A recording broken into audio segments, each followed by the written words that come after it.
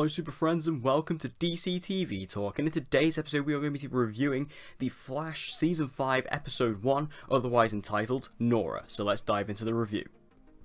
So we have finally made it. The Flash is finally back on our screens after its typical summer hiatus, and we will be getting the other Arrowverse shows such as Arrow, Supergirl, and Legends of Tomorrow coming back within the next couple of weeks. But The Flash is the first one out the gate, and we now have its Season 5 premiere. And just to sum up my overall thoughts right here at the start of the review, I thought this was a very decent episode and a really strong start to Season 5.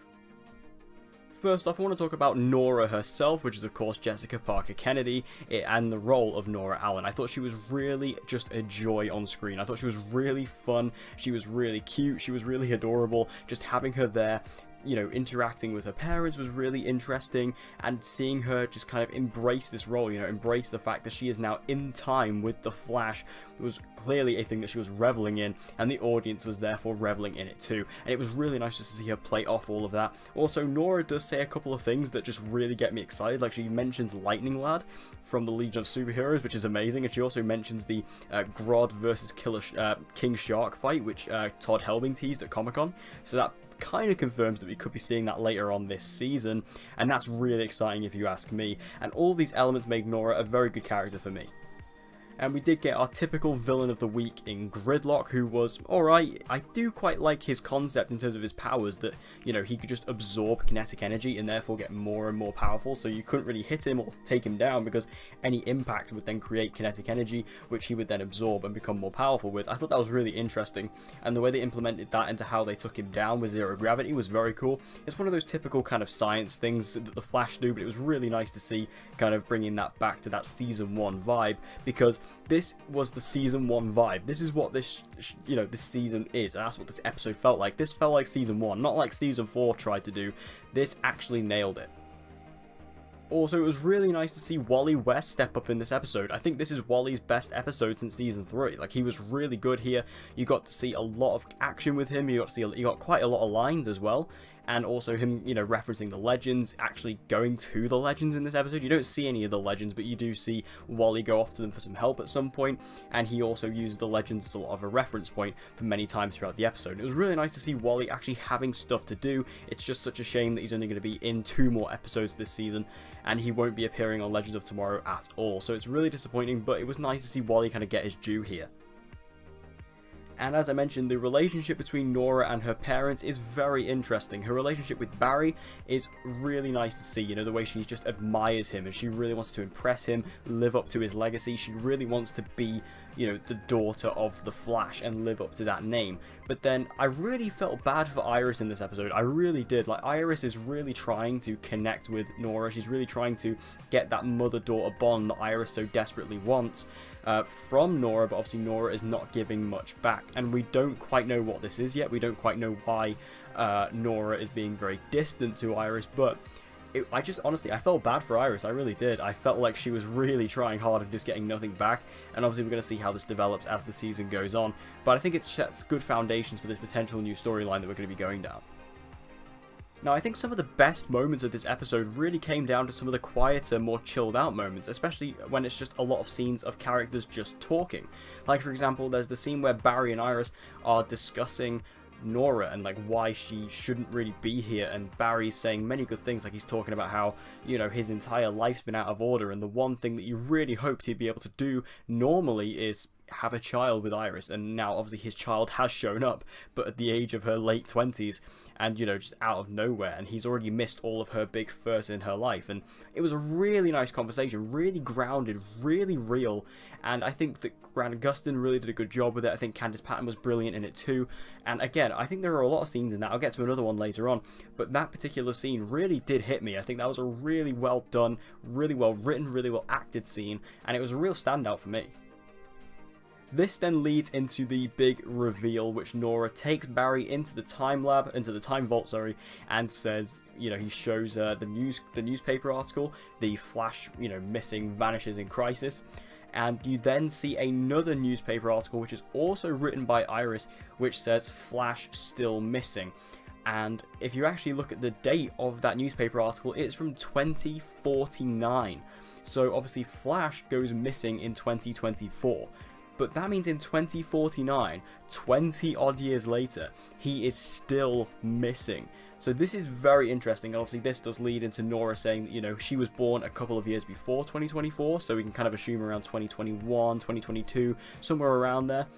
And she doesn't really have any memories of Barry being her father, and then Barry disappeared, and she never seen him again, or she never saw him again. So this was a really interesting reveal, and I think Grant Gustin really nailed the emotion once again. Like, he was literally crying in this scene, because again, he always said he never wanted to miss the first in her life, and it turns out he did, because he wasn't there. And I think that was just really, again, a really tender, really nice scene.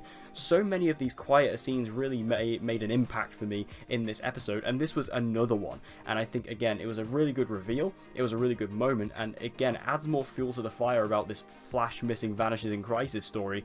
You know, the fact that we all knew it was in 2024, but now we know he's been gone until 2049 plus, is quite interesting. Now, we do get the reveal of the new suit in this episode. We do see the new suit. We also get to see the Season 1 suit, which we already knew about, and we also get to see the Season 2 to 3 suit as well, which is really cool. But we do finally see Nora give Barry the Flash ring, and that was an amazing scene. I mean, everyone on Twitter is talking about this, you know, just the moment where Barry puts it on, sticks out his fist, and the suit comes flying out of the ring, just like we saw Eobard Thawne do back in Season 1.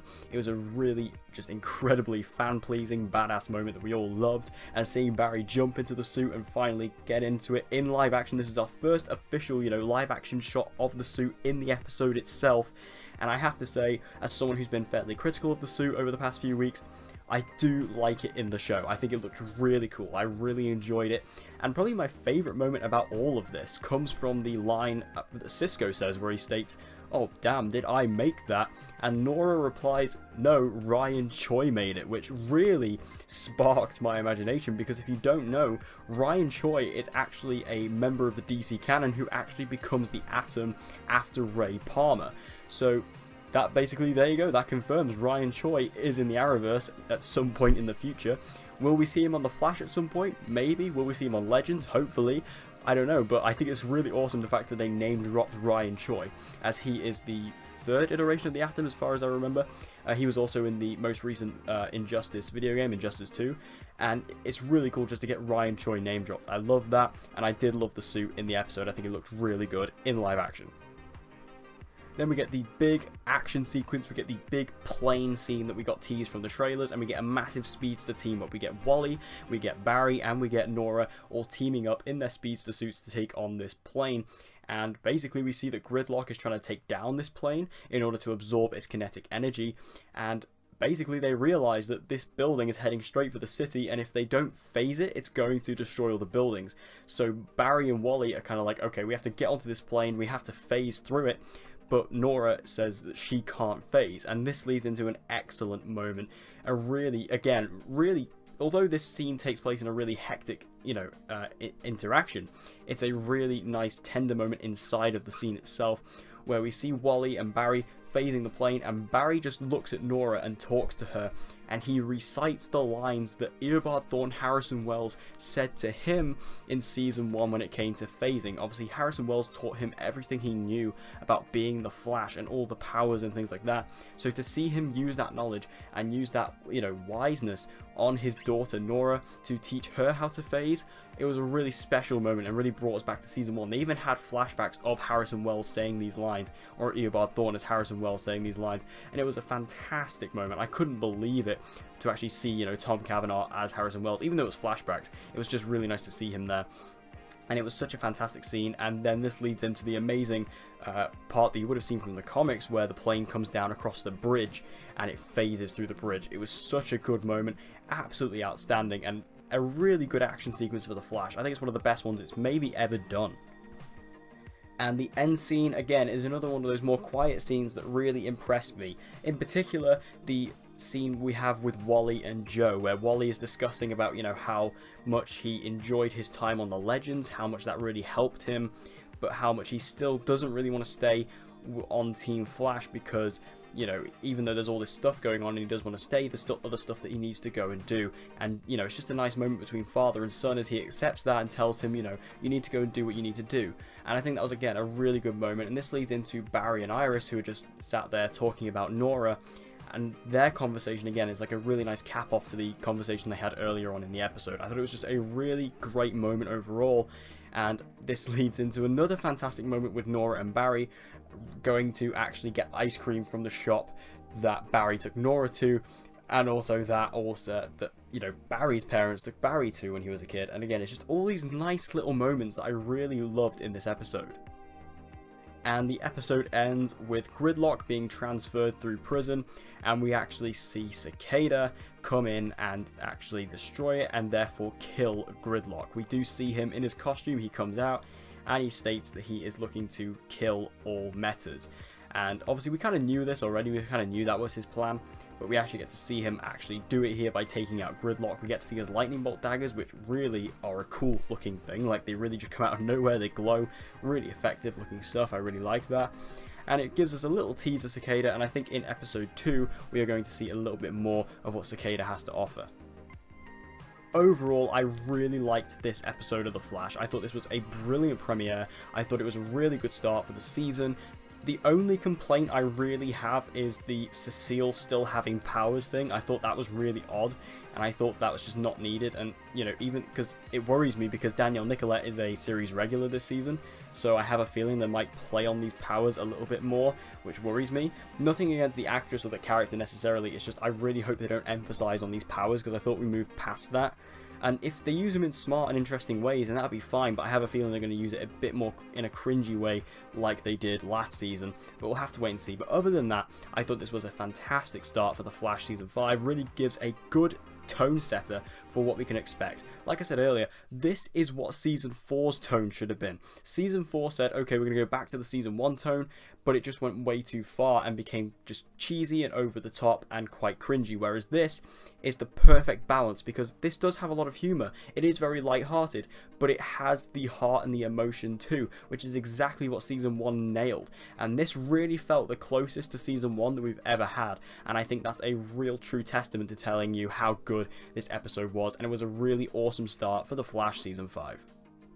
So thank you guys for watching this video, I hope you enjoyed it. If you did, please give it a like, it will help me out a lot, and share this video with anyone and everyone you know who loves DC TV and get them to join the community. And as always guys, please subscribe for your latest content on Supergirl, The Flash, Legends of Tomorrow, Arrow, and with all that said guys, I hope to see you again in my next video.